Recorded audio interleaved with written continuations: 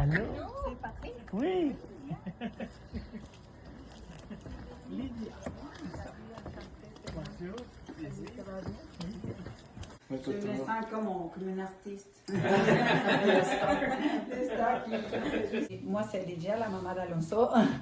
Et Isabella, la sœur d'Alonso. Moi, je suis Vladimir, le papa d'Alonso. Alonso aime faire du Lego, ça c'est sa passion. Aussi, regarder des émissions dans la tablette, pas la télé, dans la tablette. Et les premiers symptômes, c'est le mal au ventre, surtout avant de se coucher la nuit. Et c'est ça. Ça, c'est les premières choses. Et on pensait que c'était comme... On donnait d'Advil, Oui, on mettait les coussins magiques et ça s'est réglé. Mais j'ai reçu l'appel des médecins. C'est celui-là qui nous a référé l'écho. Il m'a dit il faut que vous vous rendez à Saint-Justin. Et tout de suite. Il m'a dit mais je suis ici à l'hôpital. Là. Moi je disais mais ici c'est quoi la différence là? C'était la santé, c'est un hôpital. Non, c'est urgent, ton fils a une masse. Quoi? Je ne comprenais pas, je dis mais voyons, non. Docteur. Test. Ouais. Et ce jour-là, à la nuit, le docteur d'urgence nous a dit ça a l'air que c'est un neuroblastome. Et c'est la première fois qu'on écoutait ça. Mais ils n'ont pas confirmé là. Non, ça a l'air que c'est ça. Oui, c'est ça, mais il fallait Et attendre. Et depuis 2020, on a décidé de rester avec Alonso parce qu'il faut être une personne avec lui. Temps plein. Donc, vous étiez à un salaire en plus? Oui, moi en plus, j'ai pris comme 2 ou 3 fois arrêt de travail, prochaine maladie.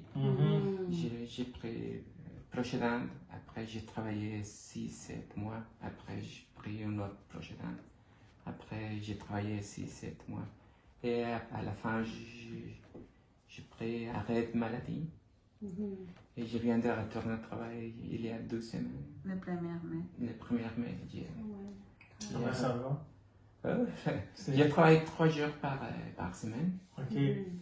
Mais c'est quand même... Ouais. Je me sens comme on dit en soccer, dans notre match. Mais, mais c'est tranquillement pas vite. C'est une fondation qui cible Les d'autres familles. choses. Parce qu'il y a des fondations qui te donnent des cartes d'épicerie. Il y a d'autres fondations qui te donnent des cartes d'épicerie. Mais je ne peux pas payer un médicament avec des cartes d'épicerie. Alors c'est une fondation. Ben, écoute, tout mon respect pour les fondations qui donnent des cartes d'épicerie. C'est des personnes qui ont passé à travers la maladie, qui ont démarré la fondation. Parce que quand on est dedans, c'est là qu'on se rend compte qu'est-ce qui manque, on a besoin.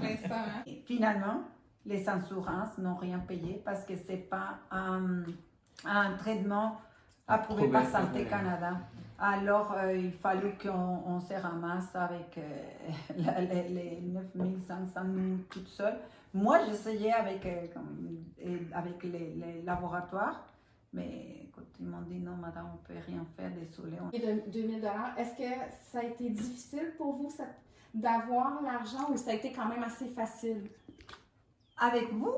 Non, avec la fondation. Avec la fondation? Non, c'est... c'était...